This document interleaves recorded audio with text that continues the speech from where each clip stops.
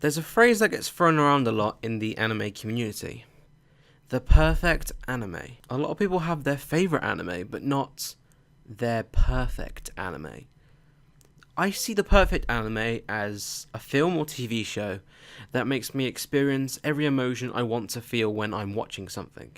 I want to laugh, I want to feel sad, I want to nearly be brought to tears, and I want to believe for an hour and a half that the people I'm watching, the drawn animations, are real people. In my eyes, A Silent Voice, which I just got back from seeing, is my perfect anime. I don't want to spoil this film for you very much, so I'm just going to give you a very brief outline of the plot.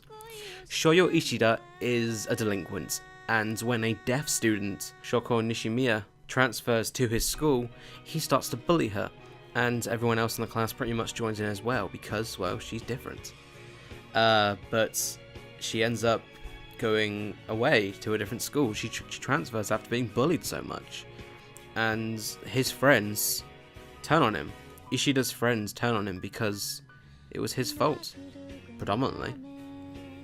And years later, Ishida has no reason to live until he sees her again. Knowing that he sinned, he wants to fix the past. But it's not all it seems. Maybe Ishida wasn't so wrong. Maybe it wasn't his fault on his own. Saying any more will spoil it. This film, as a critic, just saying now, was a roller coaster of emotions. People in the crowd, because there was actually a big audience at this viewing, so the reason I went to see this, I didn't know anything about this film. There was a viewing at my local cinema, and I thought, wow, I don't have to travel to London for once to see an anime film. This is mental, I'm going to see it whatever it is. I didn't watch any trailers, apart from like a 30-second one, which doesn't really tell you much. And the crowd were laughing when the film wanted them to laugh. They were sobbing when the film wanted them to be sobbing. And they were dead silent when the movie ended. In a sign of respect, this film was incredible. The production company was Kyoto Animation. Now, although I don't like many of Kyoto Anime's works, when I like their work, my god, I like their work. One of my favourite TV series is Haruhi Suzumiya, and one of my favourite films is The Disappearance of Haruhi Suzumiya.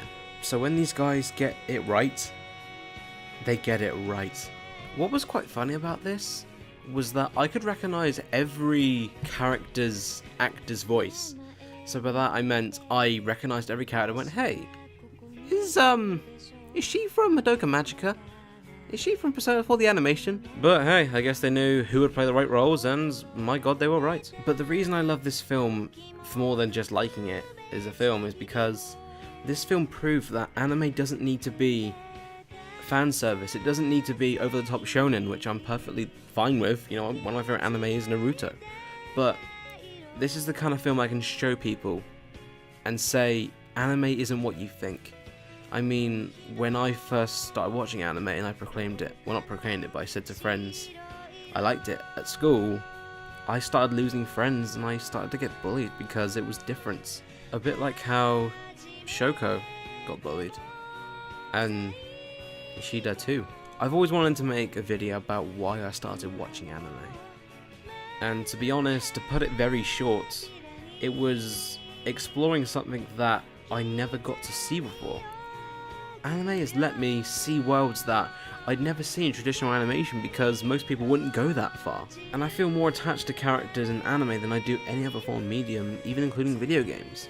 I fell in love with Haruhi, Yuki and the rest of the SOS Brigade. The day I saw Naruto become Hokage, I wanted to shed a tear. Naruto's wedding is coming up in the final few episodes. I might shed a tear, and I never have before at any other form of media ever. I was cheering for Kuroko, Kagami and Serin to win that championship. Seeing Makoto leap through time in one of the most relatable films I've ever seen. Kenji trying to survive Natsuki's family. And Clannad. Jesus, Clannad. I'm sowing seeds there for a future video, but every anime I mentioned just then is drastically different. And that's the thing. You can get something different from every anime you see. Whether that's utter shit, or something surprisingly good. And going back to the title of this video, My perfect anime. A silent voice. Well, it inspired me to make this video, first of all. And weirdly enough, it makes me want to continue my university work in becoming a filmmaker. Because I want people to feel the emotions I felt from this film. And hell, maybe one day even make a Western version of this. Since, hell, it's adapted from a manga. Just like most anime is, you'll come to learn if you're watching this and haven't watched anime before. That happens a lot. So what was the point of this video? Well, sowing seeds for a future video and telling you, basically, without a critical review, to go and watch A Silent Voice wherever you can. And please do say when you do, because I'd love to hear what you thought about it. And before you go,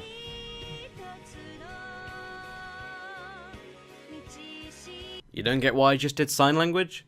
Watch the fucking film, then you'll get it. Also, I'm guessing what the sign language is for thank you for watching from a couple Google searches. I might be wrong, I might have just said thank you, watch me. Or thank you, watch. Just watch the fucking film.